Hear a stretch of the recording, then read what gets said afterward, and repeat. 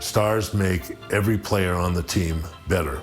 Michael Jordan, his ability to challenge himself, his natural ability physically of being able to play with such great energy, his intelligence, basketball intelligence, all those things I think were remarkable. I enjoyed coaching Michael Jordan because he had a respect for coaches and he had a desire to play at a peak level, and he's willing to follow instructions without, wanting to over-dominate the game. Even as a young player, there were times in the fourth quarter where he would make up the difference in a ball game on his own. I had to bring Michael in my office and say, Michael, when's the last time someone who led the league in scoring won a championship? Thought about it a bit. He said, Rick Barry. I said, yeah, that's right, in the 70s. But it's very rare that person that wins scoring championship is also on a championship team. So one of the things we're going to do is we're going to move the ball around and we're going to take the spotlight off you all the time and involve the other players on your team. He said, oh, you're going to have that equal opportunity offense. Well, what's going to happen when the 24-second clock gets under 5 seconds? We'll coach the players how to get the ball to you in that particular time so you can activate the ball. Save that terrific scoring ability for the fourth quarter.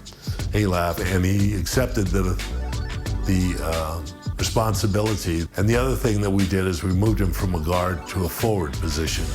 We really wanted to win the series in Chicago, Game 5, and we lost this game, and we flew out to Utah to play the 6th game, and Michael said, we're going to end it tonight. You guys get ready for this ball game because we're not going 7. Going into the game, we kind of knew what we had to do to win the game. You had to play close, but come out and win the game in the last 5 minutes. The timeout that I did take with about 40-some seconds to go. That was the key, because knowing Jerry Sloan and having coached against him many times, I knew that if we could go down and score and make it a one-possession game, that he wouldn't call a timeout. We'll run the open. Dennis will, run a pick or set a pick or slip a pick, depending upon what Ostertag does. And Michael, you can double back on Malone if you have the ability. You saw the crowd rise behind that whole activity. You could see the anticipation that they had that this was a crucial moment. Michael changed the idea and pulled up for the jumper instead of taking it to the hoop and finished it. We called that season The Last Dance, and I thought, for an ending of a career, there could have been nothing sweeter than what Michael had just done.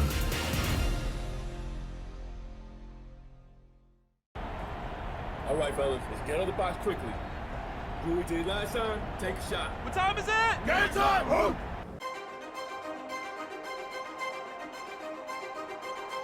Every great plot has its twist. Game 5 of the NBA Finals was no exception. In fact, it may have shifted the momentum in this series.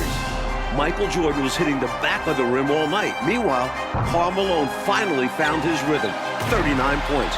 And he had help, most notably from an unlikely source, forward Antoine Carr. Called upon in the second half, Carr had 5 attempts from the field. He made all 5. Chicago couldn't close it out at home, so we're back in Utah for Game 6, coming up next.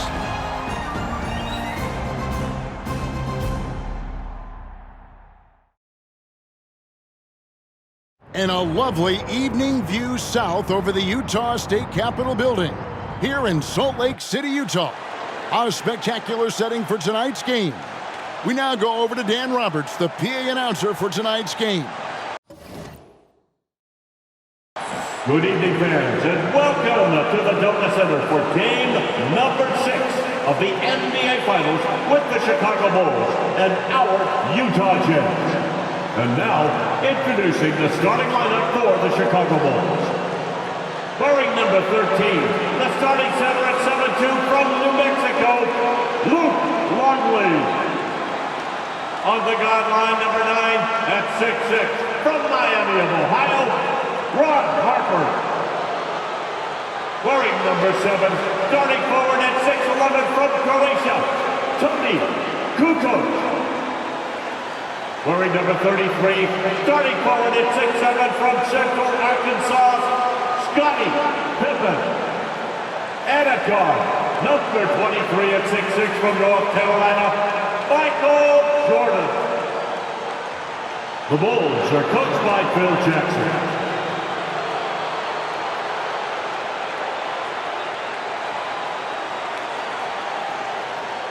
Let's read the starting lineup for the Utah Jazz.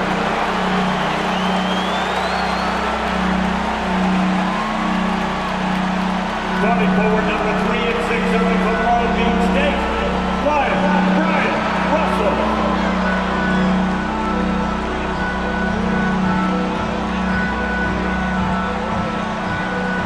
The starting center, number 31 at 6'9" from Stanford, Adam Keefe.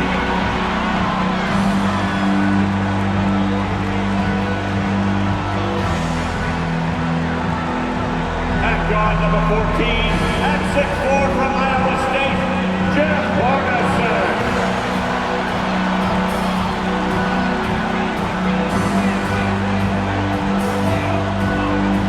On the guard line, number 12 at 6'1" from Gonzaga, John Stockton.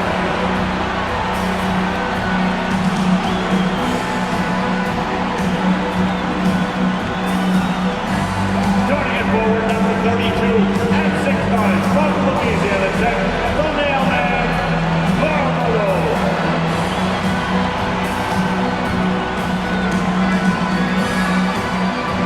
The Jazz are coached by Jerry Sloan. Once again, welcome everyone to Game 6 of the NBA Finals. I'm Kevin Harlan. With me, former NBA Coach of the Year Mike Fratello and former player Clark Kellogg. On our sideline tonight, reporter David Aldridge. Mike, the only reason this series was extended to Game 6 is because of Utah's adjustments in Game 5. The screen and roll is a big part of their offense. They went away from it. Instead, they posted Karl Malone, inserted Antoine Carr, who gave them another shooter, so when Pippen doubled, they could kick the ball to the open man. And for Chicago in Game 5, Tony Kukoc coming up big, Clark. He had 30 points, but Jordan and Pippen could not get it going. That's why we always talk about the importance of the team. It's rare that either guy, Pippen or Jordan, is off his game, let alone both of them at the same time. Jordan just couldn't find the range, and Pippen was ineffective against Hornacek in the low post. It was so surprising, but Hornacek did a great job. Yeah. On the floor for the Chicago Bulls, Luke Longley is at the 5. The forwards, Scottie Pippen and Tony Kukoc. And at the guard positions, Ron Harper and the great Michael Jordan. And so for the Utah Jazz, it's Adam Keefe and Karl Malone inside. Brian Russell at the 3 and also tasked with defending Michael Jordan. And the skilled backcourt of Jeff Hornacek and John Stockton. When you look at how the Bulls have played on the road this postseason, they're only 4-4. And most of those losses have come against their toughest opponents, Utah and Indiana. Now here's Jordan. And they double up Jordan. Harper kicks to Jordan. Over Hornacek. And there's Michael Jordan, the assist from Ron Harper. A true combo guard. Harper provides defense and scoring. And he can pass, too. He does it all. Clark, of course, it took Chicago 7 games to get past Indiana. And as a former Pacer, I know how proud you are of those players from Indianapolis. No question about it, Kevin. Being part of that franchise's history and seeing that Indiana team push the Bulls harder than any team had during this dynasty, impressive. It was. A red-hot beginning to this game. Well, he's a real good offensive player, so they want to get him going early. And Mike, coming into this game, Malone said he wanted to attack the paint early. That's right, looking to put pressure on the rim and, if possible, get Rodman and Longley an early foul call. The Bulls trying to slam the door for their 6th title. Well, he's consistent from out there, especially when you give him room. To the inside, here's Hornacek. And oh, he blocked it and deflects off the backboard. Tries again. Jordan with some nice D. That's exactly the look they wanted, guys. Right guy, right play, wrong result. Malone with the steal. Here's Russell. Good, and it's Malone picking up the assist. And the athleticism of Russell. Outstanding job, leaking out and executing. And the Bulls, David Aldridge, with some concerning injuries. Thanks, guys. Now, the big news for the Bulls is the condition of Scottie Pippen, who hurt his back in Game 3. He did take an injection yesterday, did electrical stim, iced it, had ultrasound and a massage, and then he did a lot of stretching. He told me he's a little bit ginger, but nothing can keep him out of a game like this. Back to you. We knew that. David, thank you. Mike, it really has been an injury-plagued series for the Chicago Bulls. Yeah, Ron Harper has the flu, can't hold down any food. Plus, the Bulls have been without a couple other key players. Monumental challenge for them tonight. Huge, you're right. Hey, Clark, with the injury issues to Pippen and Harper, so much falling on the big shoulders of Michael Jordan. And we know those shoulders are broad and capable, and we're used to thinking of Michael Jordan as superhuman, but he's now in his 30s playing big minutes. Does he have enough to climb another hurdle? We'll see. It's going to be interesting to find out. He is determined to hunt shots out there on the perimeter. And it is paying off. He's finding a big chunk of his points from three-point range. And a big Game 5 for Tony Kukoc. You know, Clark, he made as many shots in just 13 attempts as Jordan and Pippen made collectively in a combined 42. I mean, that's just amazing.